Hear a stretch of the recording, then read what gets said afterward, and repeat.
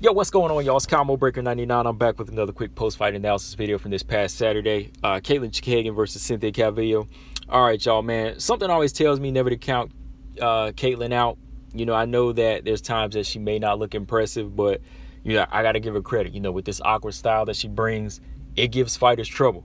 You know, she always finds some way to win. Like, it won't be pretty, and it won't look impressive to a lot of, you know, fans or casual fans or whatever, but I feel like she does enough to win a fight. And going into this one here, I thought that Cynthia Calvillo had the skill and rawness, you know, much like a Jessica Andrade and the next level fighters to go in there and, you know, just pull off the win, you know, pull off a very dominant win over Katlyn Chookagian. I thought that she would have took full advantage of just the awkwardness and the air punches and, you know, the event, you know, the whole fact that Katlyn Chookagian doesn't really have a lot of pop on the shot. I thought that was one way that Cynthia Calvillo would have just said, okay, I can walk in here and dog her out. But she did the opposite. She tried to box with Katlyn. And, you know, that gave Katlyn a full advantage using her height and her reach. So Katlyn pretty much boxed her way to a decision in this fight. You know, I couldn't argue with it. I mean, the effective shots were landed by Cynthia Calvillo when she would let her hands go and she would connect. But overall, Chookagian was just staying too busy, you know, too active. And like I said, it wasn't like action-packed. It wasn't like something where you're saying, oh, man, she's really boxing and she's really snapping off, you know, power shots from the outside and boxing and moving. It was just touch and go. You know, that's what you can really call this fight for Katlyn Chookagian. I mean, looking at the first round, you know, right away, I think that Cynthia Calvillo was looking to be effective with her boxing from the outside, and she wanted to get like a feel-out round, you know. But I really didn't want to see her on the outside like this against a taller, longer fighter. You know, Cynthia was able to dip in and land a good left hook when she timed it right and some good stiff jabs, but Katlyn was still touching her. You know, Katlyn was just touching her with her jab and moving and using a lot of movement to stay out of reach, whereas Cynthia, I feel like, you know, she was giving up too much time. You know, she was giving up too much time. She didn't close the distance and really follow up the left hook. She would land the left hook and kind of admire it. And that's what I call that in boxing, is like when you land a pretty shot, you kind of step back and you kind of just say, okay, you step back and admire the work instead of following it up. Like, there's a lot of guys who land one pretty shot and they step back and kind of like saunter off and try to look pretty.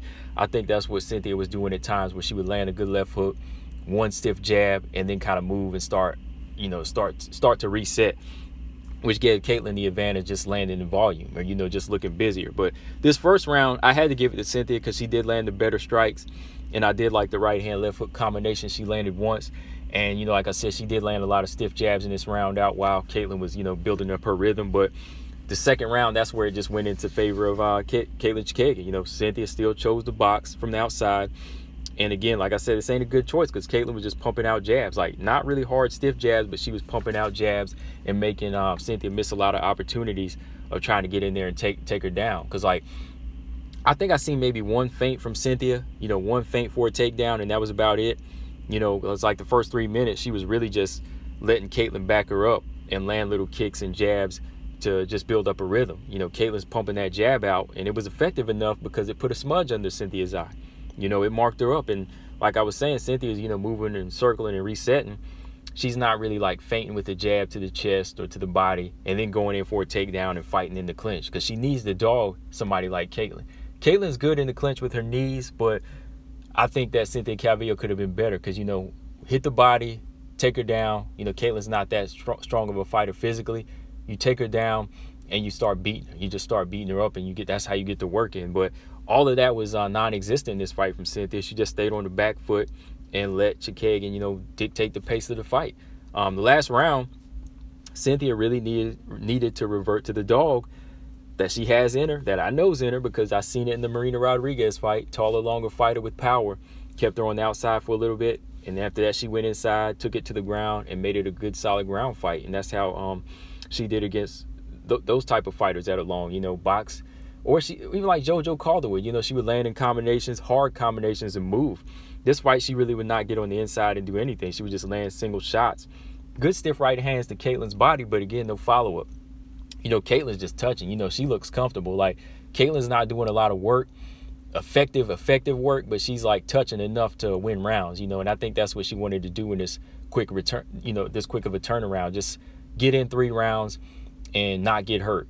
and that was effective for her. You know, it was like a safety first fight for Katlyn Chookagian, you know, touch and move. I mean, if you look at some of the jabs she was landing, like they were open-handed jabs. So it wasn't like she was looking to stop Cynthia. You know, she was just trying to do enough to stay up ahead on the cards, and it worked. Because, you know, like I said, the jab was touching the face, the right hand was touching. You could see that there was smudges up under Cynthia's face. You know, she was getting marked up. So, yeah, overall, a lot of air punches in that third round. Not really like a big event.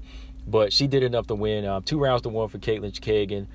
Yeah, so moving on now in this unofficial flyweight tournament, I feel like Katlyn Chookagian, you know, once again, she put the division in a position where it kind of lays on its side, or partly, you know, where it's like at a plateau. Like, shout out to Katlyn. Like, I'm not, you know, taking away from her, because she's always the one answering the phone calls and taking fights and staying active. She fought like, what, 5 times this year? So I can't take away anything from her, but with her winning this fight, then it kind of puts us in a position to make us say, damn, do we got to see her in a rematch with Jessica Andrade or Valentina? And we already know what levels they're on, or in a rematch with Lauren Murphy. I just wanted to see a shakeup, you know, with Cynthia Calvillo. But Calvillo, I don't know if she was recovering off the COVID situation, but she just didn't look like the Calvillo I felt like she could have been.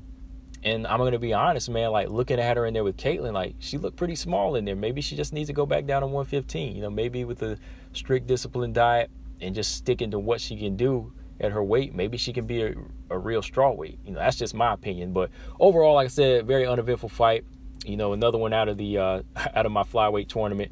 I'll talk more about that on a live stream Wednesday, you know, as far as like what's going to happen next and what's going to happen next with these fights in January as well. But yeah, man, let me know, guys, in the comment section what y'all think is going to happen from here. Do you want to see Katlyn in any of these rematches with the Bullet, Andrade, Murphy? Let me know, guys, and let me know what y'all think is going to happen to Cynthia Calvillo from here.